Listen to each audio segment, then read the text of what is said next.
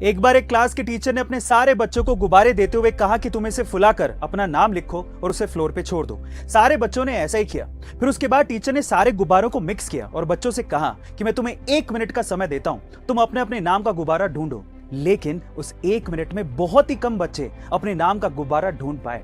उसके बाद टीचर ने कहा कि कोई बात नहीं, अब तुम एक काम करो, तुम्हारे हाथ में सबसे पहले जो भी गुब्बारा आ रहा हो उसे उठाओ, उस पे जिसका भी नाम लिखा है उसे वो दे दो।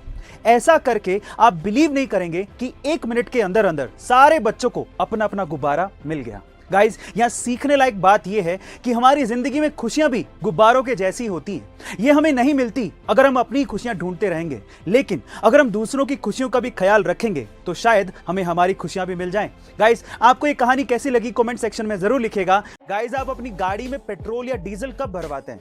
अगर आप अपनी गाड़ी में पेट्रोल या डीजल दोपहर में भरवा रहे हैं तो आपको पैसों का नुकसान हो रहा है। कैसे? चलिए जानते हैं। देखिए, गर्मियों के दिनों में जैसे जैसे दिन चढ़ने लगता है वैसे वैसे टेम्परेचर बढ़ने लगता है, जिसकी वजह से फ्यूल एक्सपेंड होने लगता है और उसकी डेंसिटी घटने लगती है, जिसकी वजह से वॉल्यूम बढ़ने लगता है। इसका मतलब सीधा सीधा ये है कि आप जितने पैसे पे कर रहे हो उससे कम ही फ्यूल आपको मिल रहा है। पर इसमें पेट्रोल पंप के मालिक की कोई गलती नहीं है। ले दे के बात सिर्फ इतनी है कि अगर आपको पेट्रोल या डीजल भरवाना है तो आपको सुबह सुबह जल्दी या फिर देर रात को भरवाना चाहिए, आपको पूरा फ्यूल मिलेगा। गाइस, ये जानकारी आपको कैसी लगी कमेंट सेक्शन में जरूर लिखेगा। और सामने वाले के हाव भाव को समझना भी पर्सनालिटी डेवलपमेंट का एक पार्ट होता है। कैसे?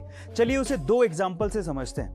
नंबर 1, अगर कोई व्यक्ति आपसे कुछ छुपा रहा हो या फिर झूठ बोलने की कोशिश कर रहा हो तो उस चीज के बारे में बार बार उससे जिक्र ना करें। इनफैक्ट इसका एक दूसरा तरीका भी है। आप उसकी आंखों में देखिए। लंबे समय तक उसकी आंखों में देखने से उसे आपसे झूठ बोलने में असहजता महसूस होगी और हो सकता है कि वो आपसे सच बोलने लगे। नंबर 2, अगर कोई व्यक्ति आपसे बात करते हुए बार बार घड़ी या फिर मोबाइल में समय देख रहा हो तो इसका मतलब यह है कि उसे अपने काम के लिए देरी हो रही है और आपके काम में या आपकी बातों में उसकी कोई भी दिलचस्पी नहीं है। गाइस, ऐसे ही अमेजिंग साइकोलॉजिकल फैक्ट्स के लिए शेयर, सब्सक्राइब एंड लाइक। मिलते हैं अगली वीडियो में।